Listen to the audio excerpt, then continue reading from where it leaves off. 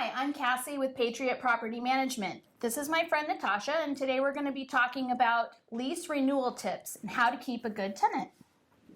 Okay, so obviously everybody wants a good tenant.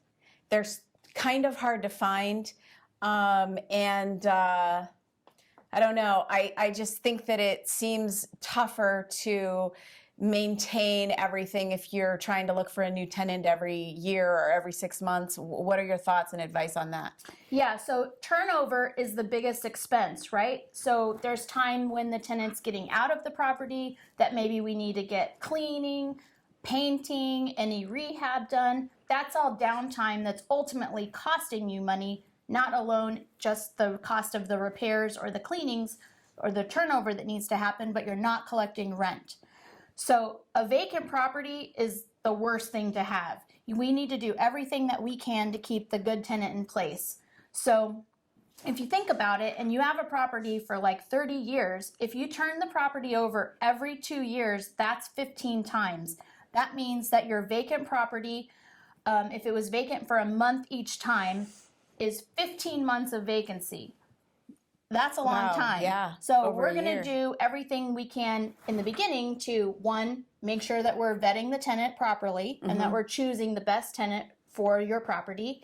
And then two, we're going to service that tenant so that they will stay, that they will pay their rent on time, and that they'll take care of your property. So a lot of times, in the past, I've heard from prospective tenants who are looking for a 3-month lease or a 6-month lease or a month-to-month lease. How do we handle that?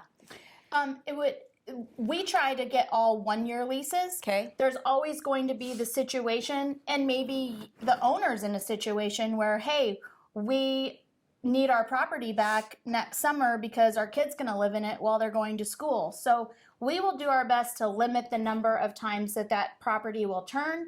There's always going to be a situation on a tenant that needs a shorter term or an owner that needs a longer term. But maybe even on the flip side, if we're getting a tenant at this time of year, right, that means next year at the holidays, we have the potential to have a vacant property over the holidays. So maybe we ask that tenant, would you be interested in a 14 or 15-month lease so that we can avoid some of those vacancies? That's smart.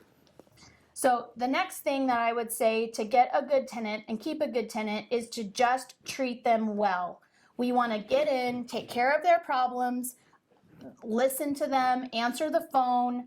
You know, communication is really the key, and you don't need to be bothered. Owners don't need to be bothered. That's my job, to answer the phone and take care of the tenant. Wow. Yeah, because that sounds terrible to me.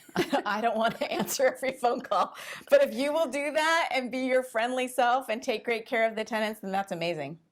Yeah. So the other thing that we really strive to do is we want to look at the tenant when the lease is going to renew. We want to look at it early, about 90 days ahead of time. We're looking at that, what's coming up, who do we think is staying, who do we think is going, who needs to go, and then we want to look at the rates, right? So rental rates have been on the rise here in Arizona. We have a housing shortage. Is it time to get a better tenant, or is it time to really focus on maybe giving the current tenant a little rent increase, get some more money for our owners, and keep the tenant happy? Tenants aren't going to leave over $25 or $35 a month. If they're happy, they'll pay it. It's a win for both parties. That's awesome. Thank you for tuning in to our Property Management Minute. You can check us out at patpm.com.